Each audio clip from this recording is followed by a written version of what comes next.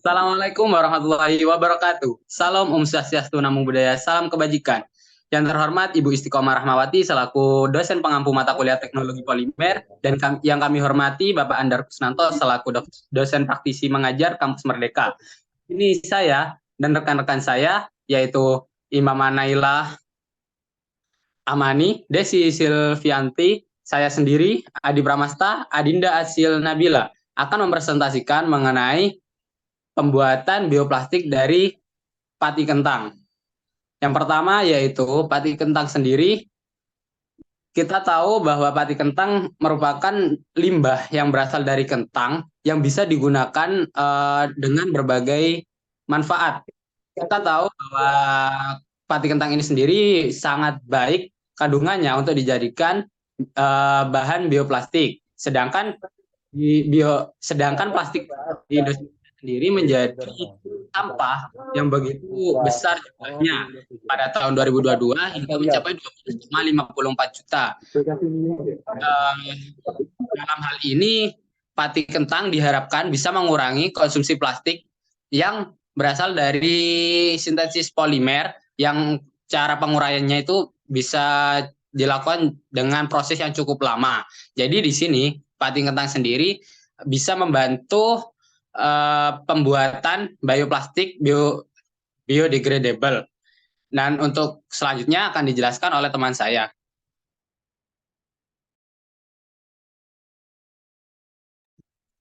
Baik, izin masuk sebelumnya. Di sini saya akan jelaskan bagaimana teori singkat dalam pembuatan bioplastik ini. Bioplastik merupakan plastik yang dapat terdegradasi dan terbuat dari bahan terbaharui. Bioplastik dapat digunakan layaknya plastik konvensional dapat terurai oleh aktivitas mikroorganisme. Salah satu bahan yang dapat diperbaharui oleh alam adalah biji-bijian dan umbi-umbian. Penggunaan pati pada pembuatan bioplastik ini telah dimulai pada tahun 70-an. Pada penelitian ini, pati yang digunakan adalah pati yang berasal dari kentang. Kentang atau Solanum tuberosum L merupakan 5 kelompok besar makanan pokok dunia selain gandum, jagung, beras, dan terigu.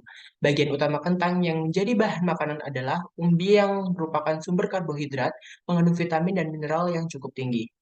Menurut Rahmani pada tahun 2011, kandungan pati pada kentang hitam cukup tinggi yaitu sekitar 83%, yang terdiri dari 32% amilosa dan 51% amilopektin. Berdasarkan data Badan Pusat Statistik, pada tahun 2021, produksi kentang yaitu sebesar 324.338 ton. Dari hasil produksi kentang hitam yang sangat besar tersebut, pemanfaatannya masih kurang untuk digunakan sebagai bahan baku bioplastik. Jadi, dari kurangnya pemanfaat tersebut, kami berinisiatif untuk digunakan sebagai bioplastik ini.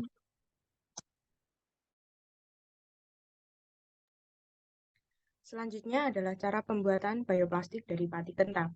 Untuk bahan bakunya sendiri adalah kulit kentang, yang kemudian proses pertamanya adalah isolasi pati kentang. Di isolasi pati kentang ini dimulai dengan menimbang kulit kentang yang kemudian dihaluskan. Kulit kentang yang sudah dihaluskan itu ditambahkan air, lalu kemudian disaring. Dibiarkan kurang lebih selama 5 menit dan hasil penyaringan untuk pengendapan pati. Hasil setelah pati mengendap, dibuang air sehingga kita akan mendapatkan patinya. Proses selanjutnya adalah pembuatan film bioplastik. Di film di pembuatan film bioplastik ini dilakukan dengan memasukkan air ke dalam gelas beker dan ditambahkan pati yang didapatkan dari proses isolasi pati kentang. Lalu ditambahkan asam asetat dan gliserol. Campuran pati tersebut dipanaskan dengan menggunakan magnetic stirrer hot plate selama kurang lebih 1 jam pada temperatur 72 hingga 74 derajat Celcius hingga terbentuk gelatin. Kemudian diukur pH larutan dan ditambahkan NaOH sampai pH larutan netral. Setelah terbentuk gelatin, ditambahkan kitosan ke dalam larutan pati kulit kentang. Lalu dipanaskan kembali hingga terjadi gelatinisasi kembali. Larutan yang telah tergelatinisasi dituang ke dalam cetakan akrilik untuk proses pencetakan, lalu didiamkan selama kurang lebih 2 kali 24 jam di ruangan bertemperatur normal. Kemudian proses tersebut diulang untuk variasi yang lain.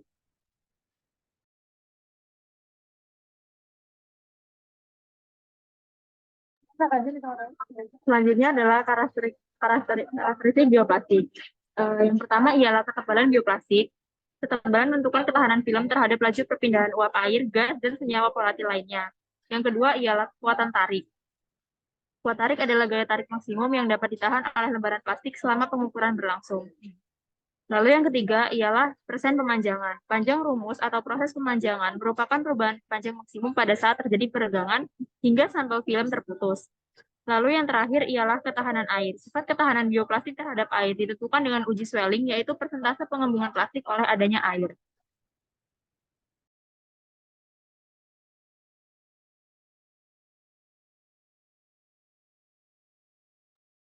Oke, mungkin itu presentasi dari kelompok kami.